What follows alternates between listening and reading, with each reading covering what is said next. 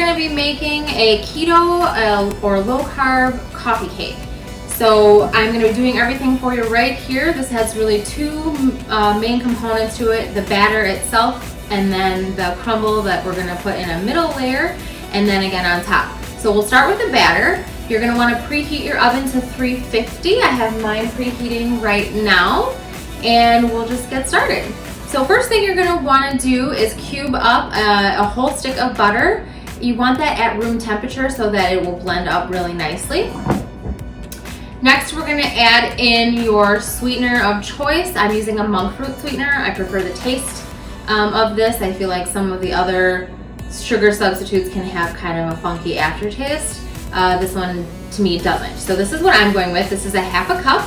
So I'm going to add that right into my butter. And the first step to this is you're going to want to just use a hand mixer and just really cream these together well. So I'll go ahead and do that now.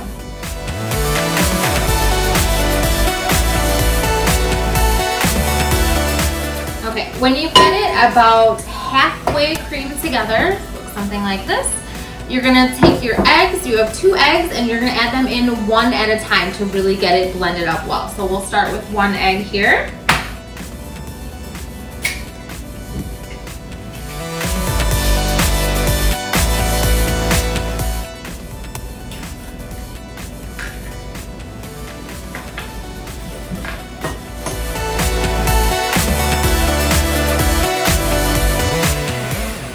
All right, when you've got that to a fairly smooth consistency, then the next thing you're going to want to do is we're going to be adding in some sour cream.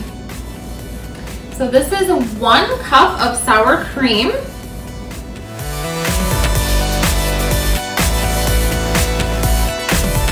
And then the recipe doesn't call for this, but I'm adding it in just to kind of make it my own. So I've got 2 teaspoons of vanilla extract here. So we'll add that in as well.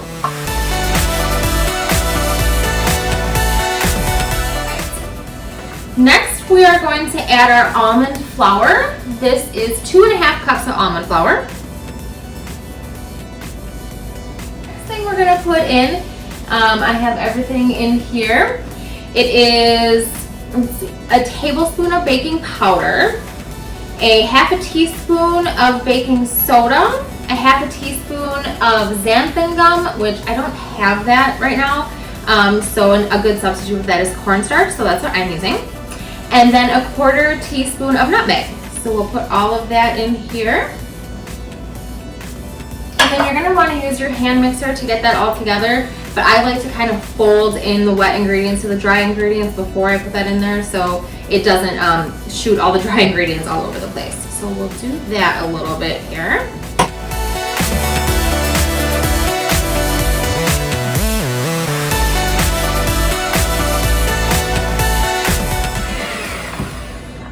All right, so our batter is done.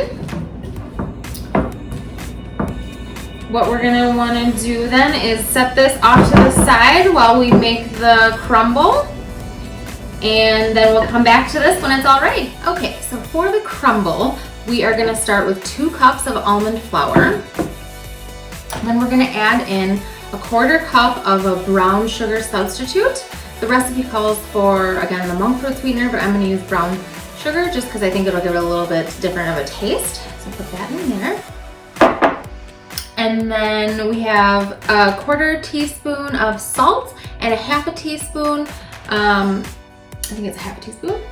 No, 1 teaspoon, sorry, of cinnamon. So I'm going to dump that in there. I'm going to kind of mix up these dry ingredients here.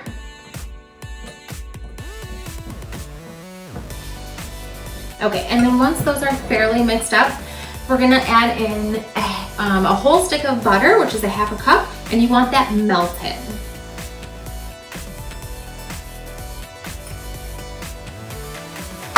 And then we'll just mix those together.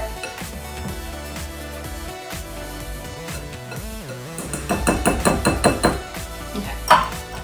And once you have that crumbled up pretty well here, we're going to set it aside and grab the pan that we need.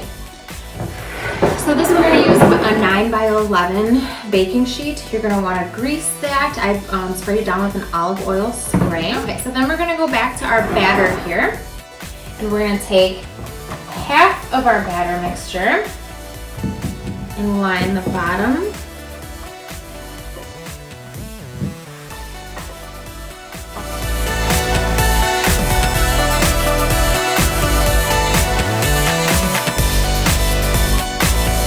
Set that aside. And then you're going to want to take your hands and just grab some of the crumble that you made and just layer that right on top.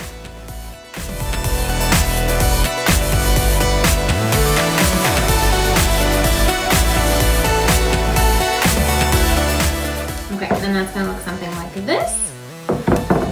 And then we're going to take the rest of that batter and put it on top of this layer.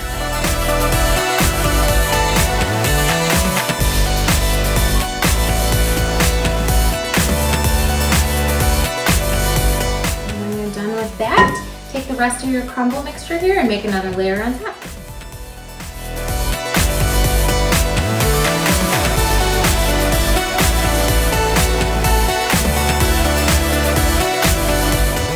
All right, when you get that complete, you're going to want to pop it in your oven at 350 for 30 to 40 minutes, and we'll show you the finished product.